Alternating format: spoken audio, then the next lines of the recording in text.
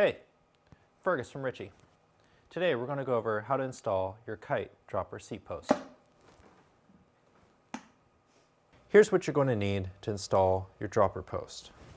Of course, your dropper, your remote, shift cable, shift housing with a barrel adjuster, a 2, 3, and 4 Allen key, shock pump because duh, a ferrule, and of course, your Ritchey brand end cap. So let's start by removing our brake lever. I've already taken off the grip to make everything easier on us. Install the remote right about there. Let's go and put our brake lever back on. Next, we'll actually install the housing.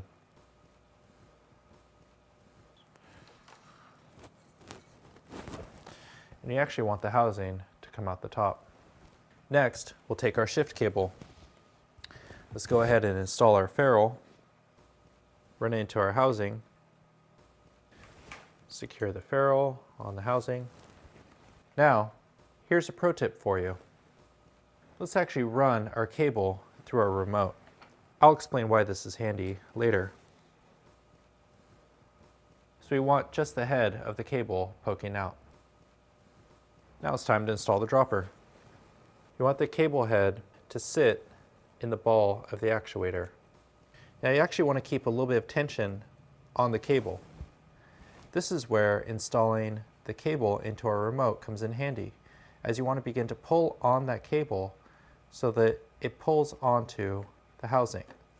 Keep pulling the housing as you install the post into the frame. Right about there. Keeping constant tension, we secure the end of the cable. You can always adjust the angle of your remote later. This is where the important part is. There's no pressure in our seat post, so we want to activate the post and pull it up into our fully extended position. This is when we put pressure into the system. Let's mount the shock pump. Now the system only requires 10 psi to actuate. And already we're there.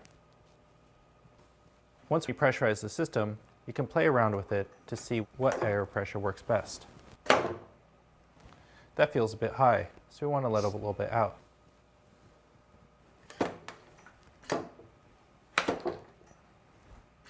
From here, you want to use your barrel adjuster to pull some tension on the cable, because that felt a little sloppy.